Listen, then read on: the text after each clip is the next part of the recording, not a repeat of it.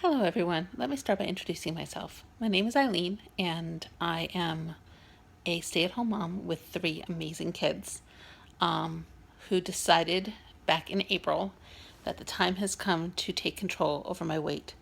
And I made the decision to have weight loss surgery. This video blog, my first posting on my video blog, is all about my journey in this whole process, starting today and including some thinking back to that very beginning. So first of all, I can track it for myself, and secondly, so anybody who is viewing this who's considering doing weight loss surgery can see what it's like for someone going through the process. I don't know if things are going to be good or bad. It's kind of it's all unknown. I'm just hopeful that everything's going to be good, but I know there's going to be some hard days along the way.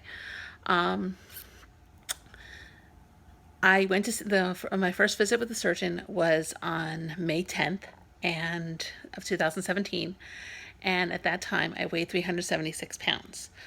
That is not a number I'm happy with. It is the highest I've ever seen my weight, although I suspect it may have been higher at times.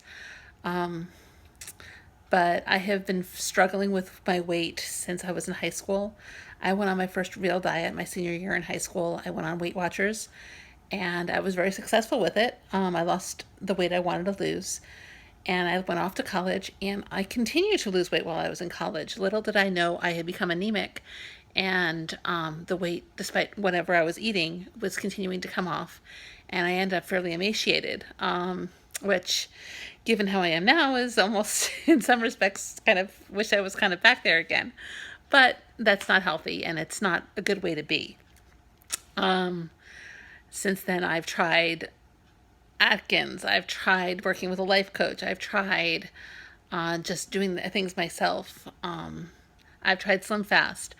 I have had some medical consequences of some of these things. I ended up with intestinal blockage while I was doing Slim Fast, which we later learned was a consequence of me having Crohn's disease, which I didn't know I had at that time.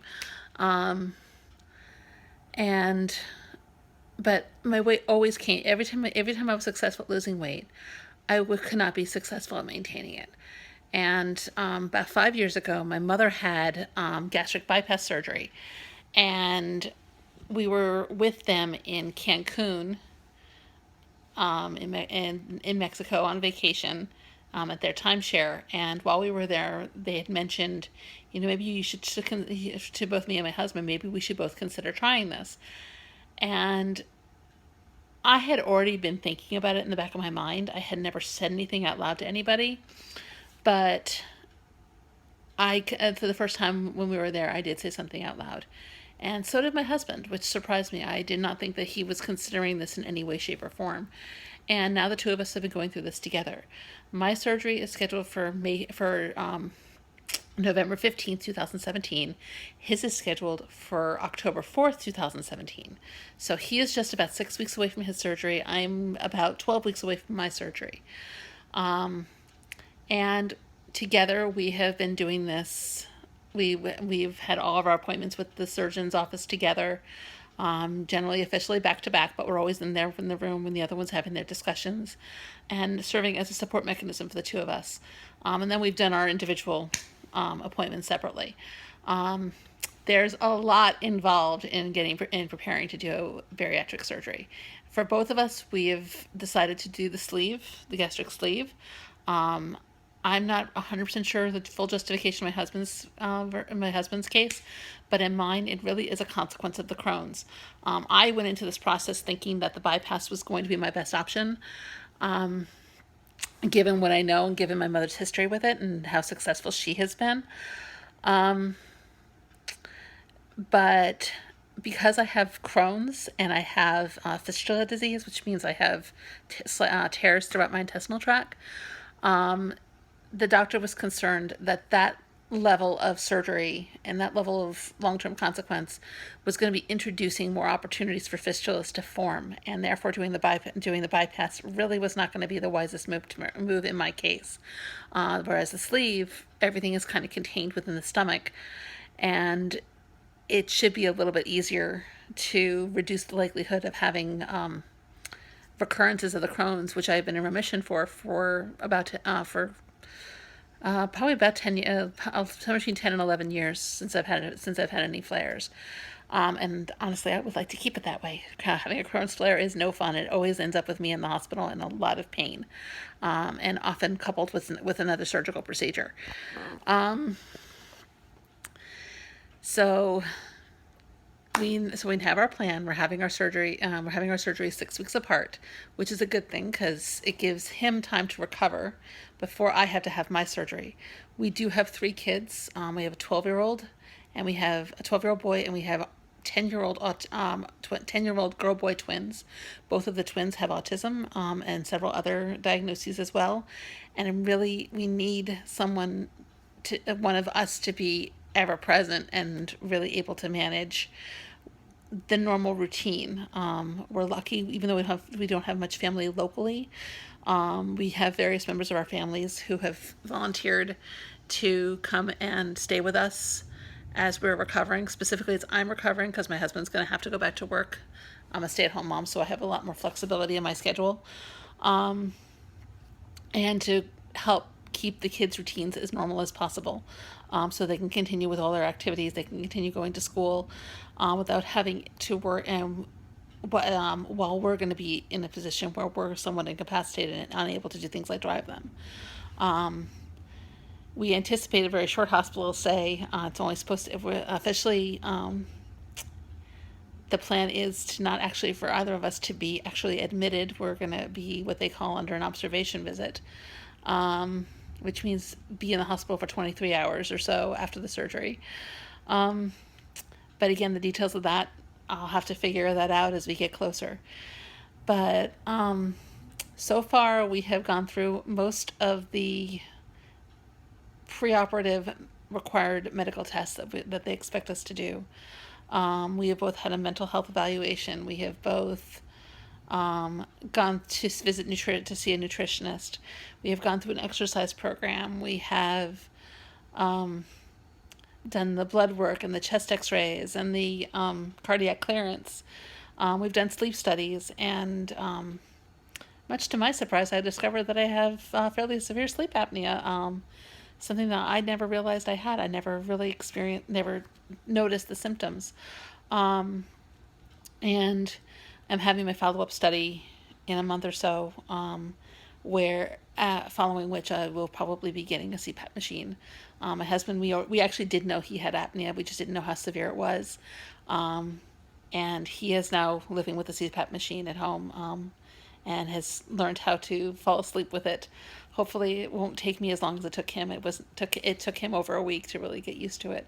Hopefully, since I know what it sounds like, it won't be as bad for me.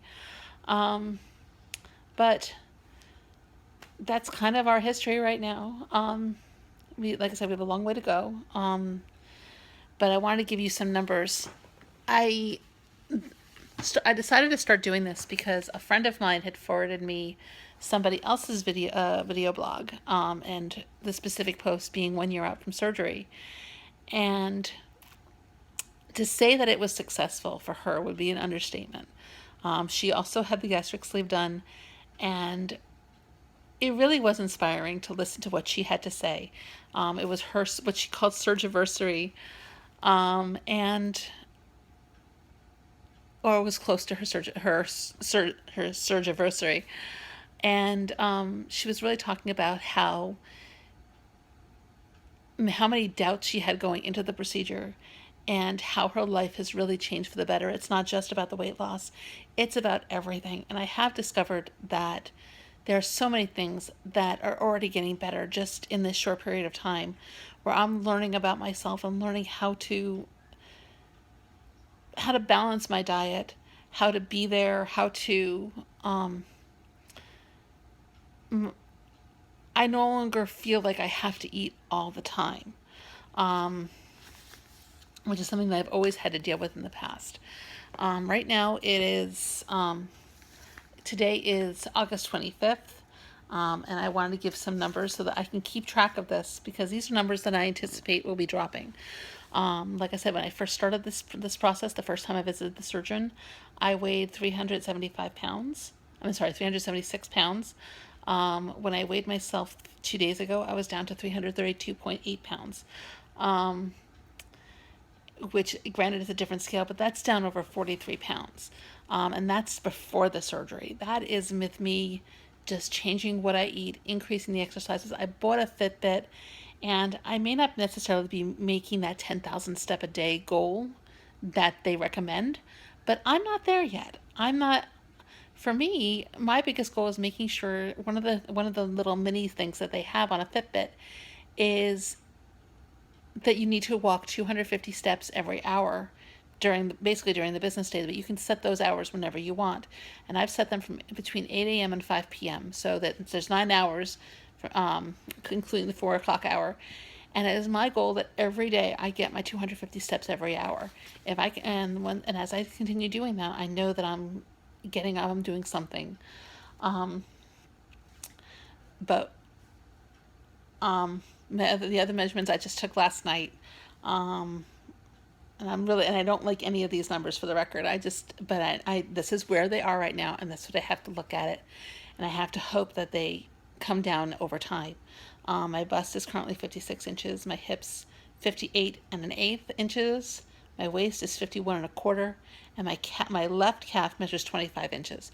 Now, for the record, I have issues with my calves. I suffer from bipedal edema, and my left calf is the worst, is where I have the worst problems. So one of the reasons I'm tracking that particular spot is I'm hoping that as the weight goes down and as my health improves, that the edema will also improve, and that the swelling I have in my calves will go away.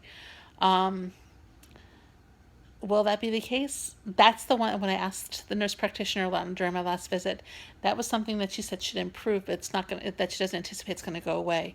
You see a lot of improvements and eradications of things like high blood pressure, type 2 diabetes, those types of things. Edema is not something that's on that.